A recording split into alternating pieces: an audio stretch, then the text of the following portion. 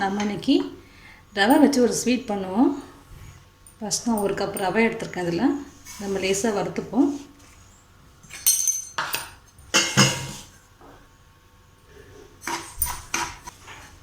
ரவையை லேசாக வறுத்துப்போம். கலர் மாறக்கூடாது, ஒயிட் கலரில் தான் இருக்கணும் உங்களுக்கு. அதனால் லேசாக வறுத்துட்டு 1 கப் ரவை எடுத்துருக்கேன். 1.5 கப் பால் போட்டுப்போம்.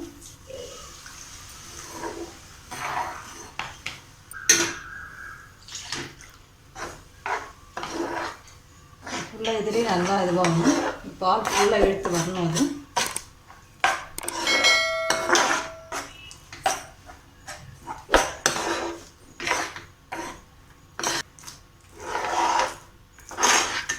பாருங்கள், நம்ம நல்லா அந்த பாலெல்லாம் உருகிடுச்சு.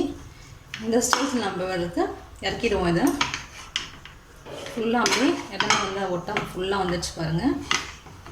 நம்ம இறக்கிடுவோம். சர்க்கரை பாகுக்கு தண்ணி 1 கிளாஸ் ஊற்றிருக்கேன். இல்லை 3/4 சர்க்கரை போட்டிருக்கேன். இல்லை கொஞ்சமாக ஏலக்காய் பொடி போட்டுப்பேன்.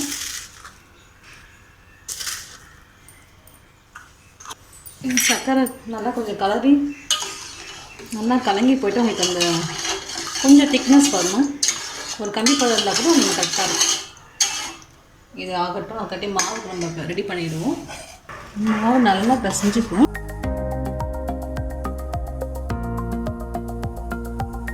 நல்லா சாஃப்டாக பிசைஞ்சால் தான் உங்களுக்கு ஸ்வீட் நல்லா வரும்.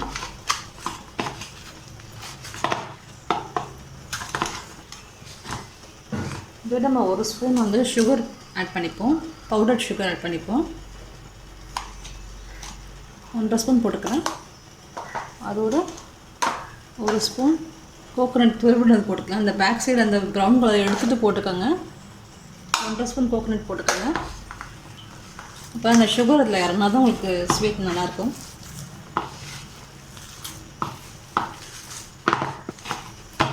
நல்லா ஒரு 5 மினிட்ஸ் நல்லா அது பிசைஞ்சு விட்டுக்கலாம். கொஞ்சமாக 1 ஸ்பூன் நம்ம நெய் விட்டுக்கலாம் வாசனைக்காக.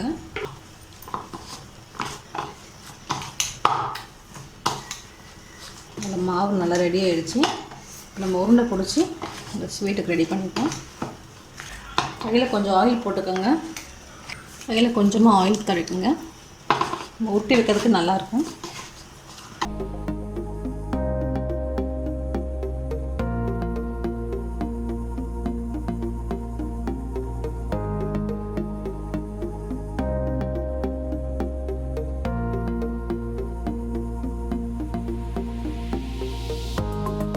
இந்த மாதிரி ஒட்டிக்கோங்க. இல்லை ரவுண்ட் ஷேப்பை கூட ஒட்டிக்கலாம். இந்த மாதிரி பார்க்கறதுக்கு நல்லாயிருக்கும். எல்லா மாவும் அப்படியே உருட்டி வச்சுக்கலாம். அந்த மாதிரி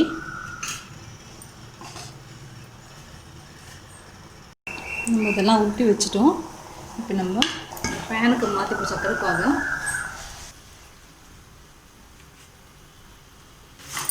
சர்க்கரை பாகு ரெடி ஆகிடுச்சு. நம்ம இதில் இந்த செஞ்சு வச்சுக்கிறதுல போட்டுருவோம்.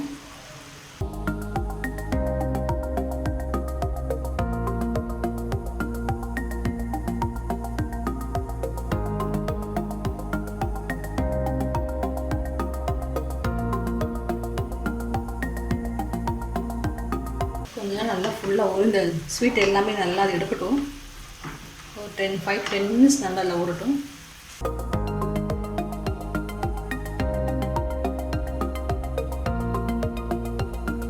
அதிலே இன்னொரு இதில் கொஞ்சமாக ஃபுட் கலர் ஆட் பண்ணிக்கிறேன்.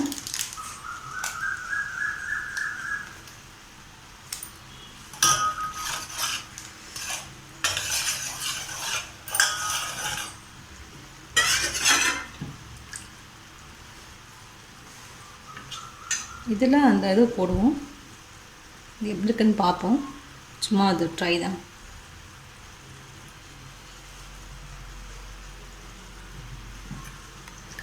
இதையும் நம்ம அடுப்பில் வச்சு இது பண்ணிவிடுவோம். ஜீரகம் நல்லா ஃபுல்லாக இதுவாகிடுச்சு. நம்ம அப்படியே ஸ்டவ்வை ஆஃப் பண்ணியிருப்போம். கொஞ்சம் நேரம் ஆறட்டும். இது அப்படியே ஒரு பிளேட்டுக்கு மூவ் பண்ணிப்போம். பாருங்கள், நம்மளோட ஸ்வீட் ரெடி ஆகிடுச்சு. நல்லா ஜூஸியாக ஃபுல்லாக அந்த சக்கரை பாகெல்லாம் இறங்கி நல்லா ஆகிடுச்சு. இதை நீங்கள் அப்படியே கூட சாப்பிட்லாம். இல்லைன்னா எடுத்து கோகோனட்டில் அப்படி பரட்டிட்டு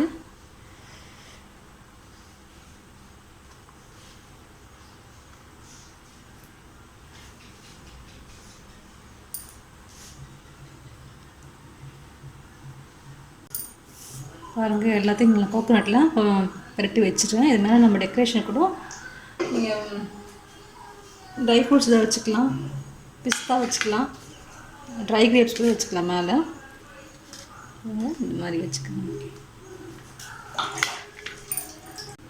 நம்ம கலர் பண்ணி வச்சுருந்தது இதே நம்ம எடுத்துக்கலாம். தேங்காயில் பரட்டிட்டு வச்சுப்போம்.